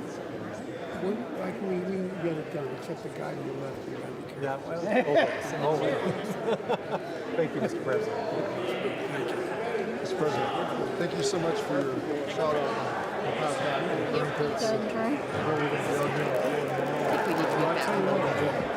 Hey, sir.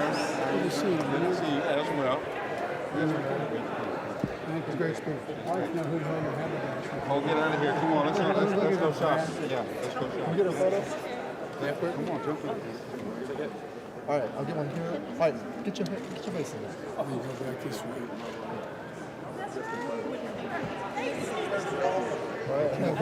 Now he's got something on you guys. You better be careful. He's got the.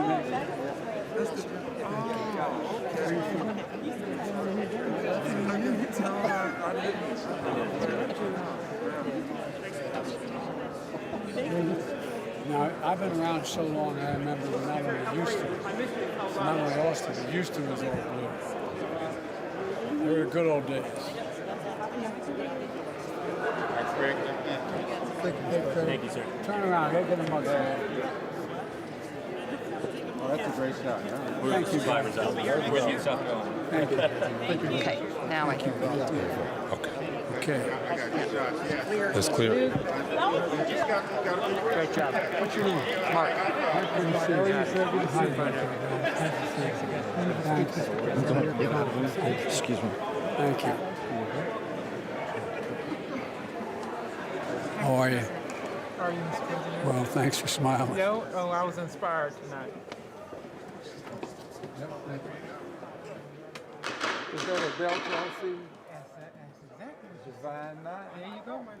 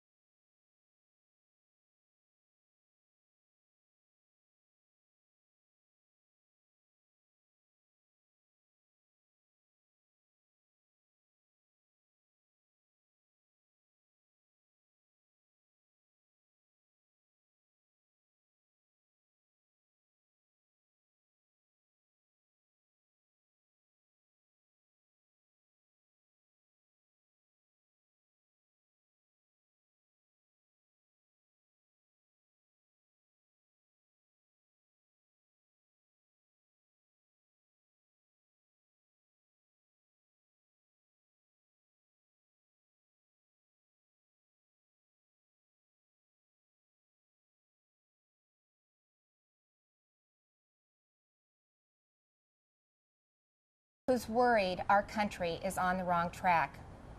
We're now 1 year into his presidency, and instead of moving America forward, it feels like President Biden and his party have sent us back in time to the late 70s and early 80s, when runaway inflation was hammering families, a violent crime wave was crashing our cities, and the Soviet Army was trying to redraw the world map.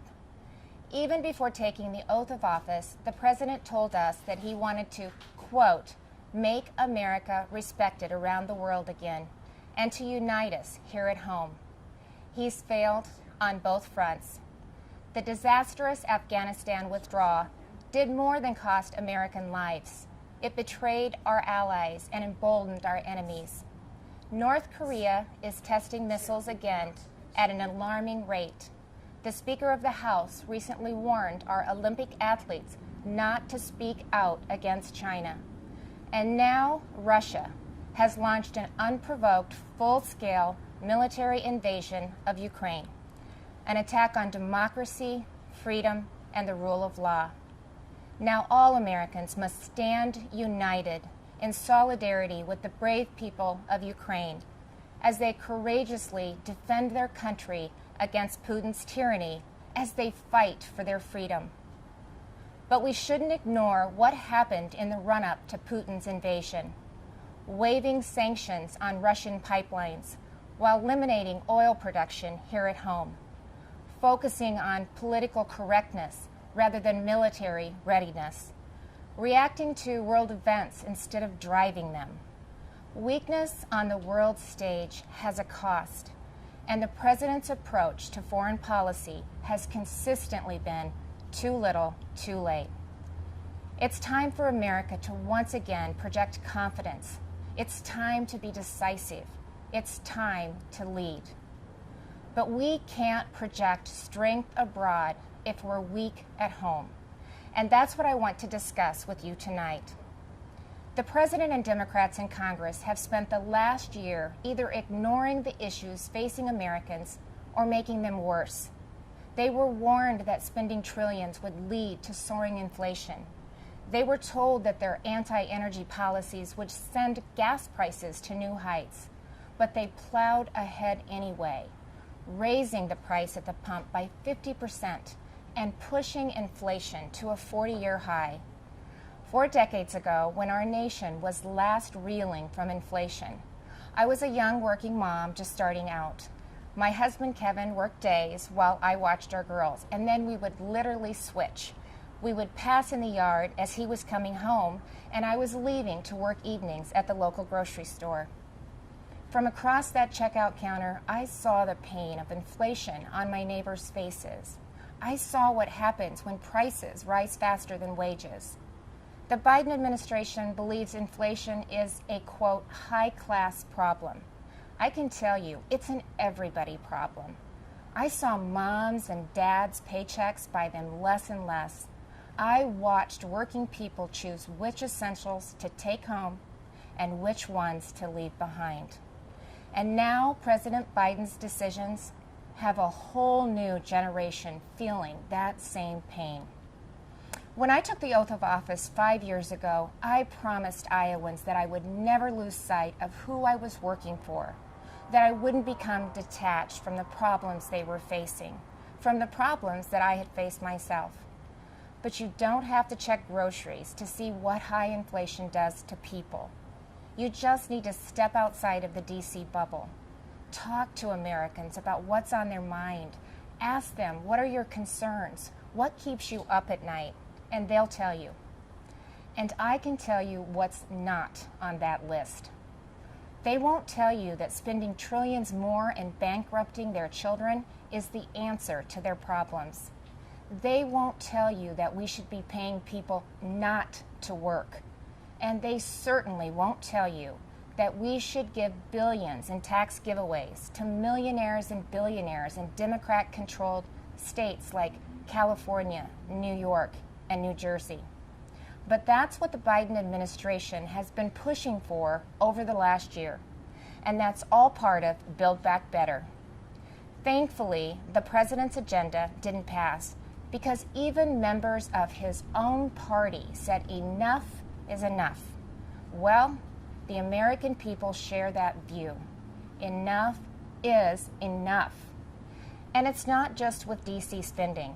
Americans are tired of a political class trying to remake this country into a place where an elite few tell everyone else what they can and cannot say, what they can and cannot believe. They're tired of people pretending the way to end racism is by categorizing everybody by their race.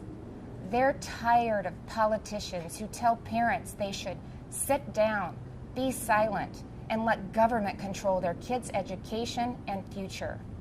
Frankly, they are tired of the theater, where politicians do one thing when the cameras are rolling and another when they believe you can't see them, where governors and mayors enforce mandates but don't follow them, where elected leaders tell their citizens to stay home while they sneak off to Florida for sun and fun, where they demand that your child wear a mask, but they go maskless.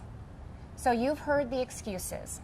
They were just holding their breath, but it's the American people who are waiting to exhale, waiting for the insanity to stop. We now live in a country where violent crime is out of control. Liberal prosecutors are letting criminals off easy, and many prominent Democrats still want to defund the police. You know, it seems like everything is backwards. The Biden administration requires vaccines for Americans who want to go to work or protect this country, but not for migrants who illegally cross the border. The Department of Justice treats parents like domestic terrorists, but looters and shoplifters roam free. The American people are left to feel like they're the enemy. This is not the same country it was a year ago. The president tried to paint a different picture tonight, but his actions over the last 12 months don't match the rhetoric. It's not what he promised when he took office. But it doesn't have to be that way. There is an alternative. Across the nation, Republican governors and legislators are showing Americans what conservative leadership looks like, what it means to respect the people we serve, to hear them out, to stand up for them and walk alongside them. We know that our problems require bold action, but we also know that bold action doesn't have to mean government action. It's Americans making their own decisions for their own families and future. Republican governors face the same COVID-19 virus head-on. But we honored your freedoms and saw right away that lockdowns and school closures, they came with their own significant cost, that mandates weren't the answer. And we actually listened to the science, especially with kids in masks and kids in schools. What happened and is still happening to our children over the last 2 years is unconscionable. Learning loss, isolation, anxiety, depression. In so many states, our kids have been left behind, and so many will never catch up. That's why Iowa was the first state in the nation to require that schools open their doors.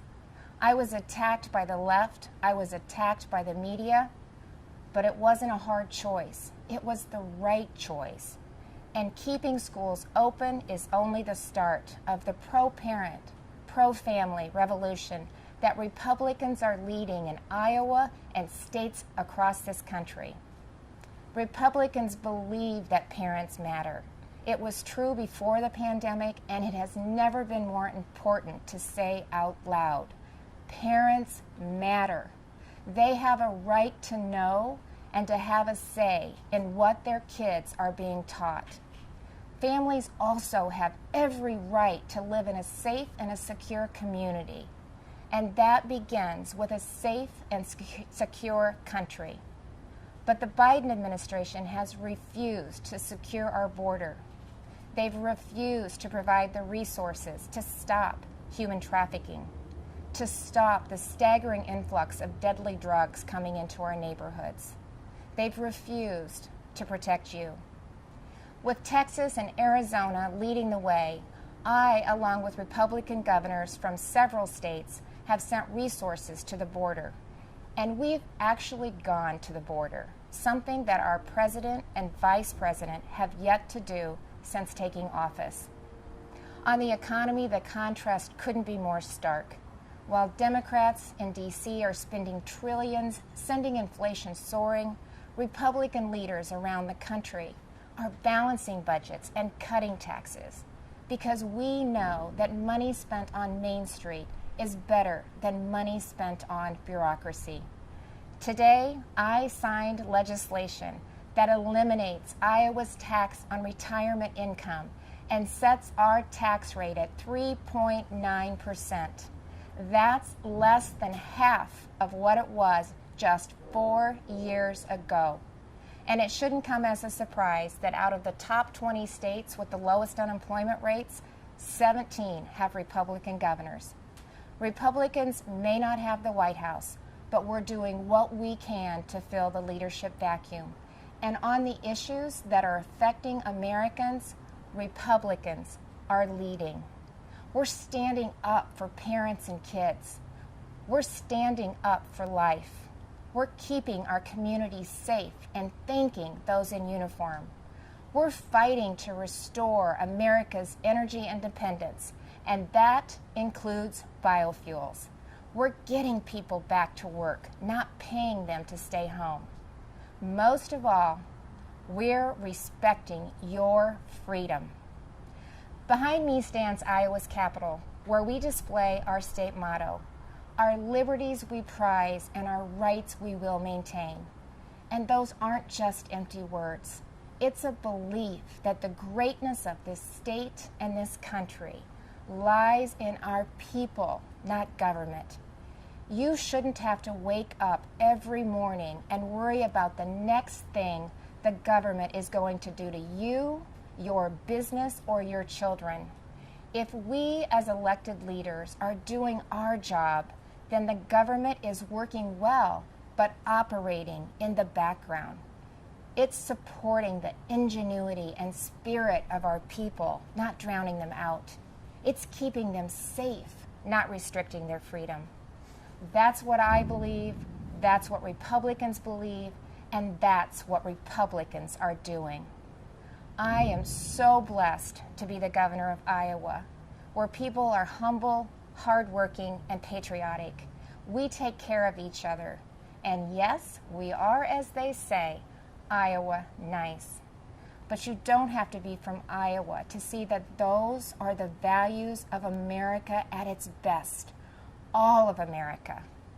Over the last few years, I've put my faith in Iowans, and they haven't let me down. I encourage this president to do the same, to put his faith in you, the American people, who have never wavered in your belief in this country, regardless of who leads it. Because you know, you've shown that the soul of America isn't about who lives in the White House. It's men and women like you in every corner of this nation who are willing to step up and take responsibility for your communities, for your neighbors, and ultimately for yourselves. By that most important measure at least, the state of our union is indeed strong. Thank you, God bless you, and God bless the United States of America.